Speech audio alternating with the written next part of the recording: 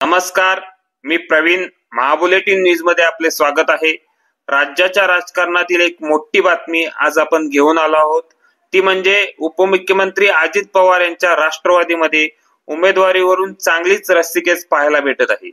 राष्ट्रवादी अजित पवार गटाच्या आमदारांनी आम्हाला संधी द्या, अन्यथा आम्ही शरद पवार यांच्याकडे परत जाऊ, असा इशारा काही आमदारांनी अजित पवार यांना दिला आहे, अशी सूत्रांची माहिती आहे. मुंबईमध्ये अजित पवार यांनी राष्ट्रवादी पक्ष कार्यालयामध्ये विधानसभा व महामंडळ यासाठी इच्छुक असणाऱ्यांची त्यांच्याशी ते संवाद साधणार आहेत. विधानसभा निवडणुकीमध्ये राष्ट्रवादी अजित पवार गटाकडून 400 कार्यकर्ते इच्छुक असल्याचे सध्या कळते. आता अजितदादांच्या पक्षाला महायुतीमध्ये किती जागा मिळणार आणि कोणाकोणाला संधी मिळणार याची उत्सुकता कायम आहे. महायुतीमध्ये भाजप, राष्ट्रवादी अजित पवार गट व शिवसेना शिंदे गट हे तिन्ही गट एकत्र आहेत. सूत्रांच्या माहितीनुसार भाजप 150 जागांवरती निवडणूक लढवण्याची शक्यता आहे. तसेच शिवसेना शिंदे गट 70 जागा व अजितदादांना 60 जागा मिळण्याची शक्यता वर्तवली जात आहे. त्यामुळे अजितदादांच्या गटातील इच्छुक उमेदवारांमध्ये कमालीची अस्वस्थता पाहायला मिळत आहे. त्यामुळे काही आमदार आतापासूनच अजितदादांवरती दबाव तंत्र आणून उमेदवारीसाठी प्रयत्न करत आहेत.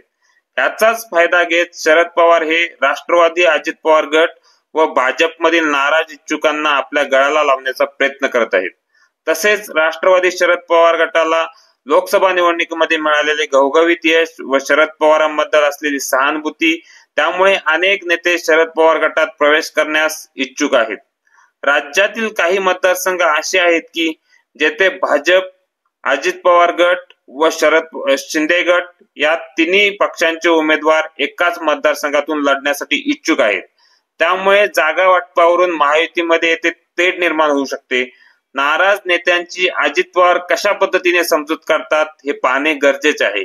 तसेच येत्या विधानसभा निवडणुकीमध्ये अजित पवार गटाला किती जागा मिळतात व राज्यातील किती मतदारसंघामध्ये राष्ट्रवादी अजित पवार गट विरुद्ध राष्ट्रवादी शरद पवार गट अशी थेट लढत होईल हे पाहणे खूप इंटरेस्टिंग आहे. तुम्हाला काय वाटते, येत्या विधानसभा निवडणुकीमध्ये अजित पवार गटाला किती जागा मिळतील? आणखी अजित पवार व शरद पवार गट यांच्यामध्ये कोणाचा स्ट्राईक रेट चांगला राहील ते आम्हाला कमेंट करून जरूर कळवा. व आपल्याला हा व्हिडिओ आवडला असल्यास आमच्या YouTube चॅनेलला सबस्क्राईब करा व व्हिडिओला लाईक करायला विसरू नका.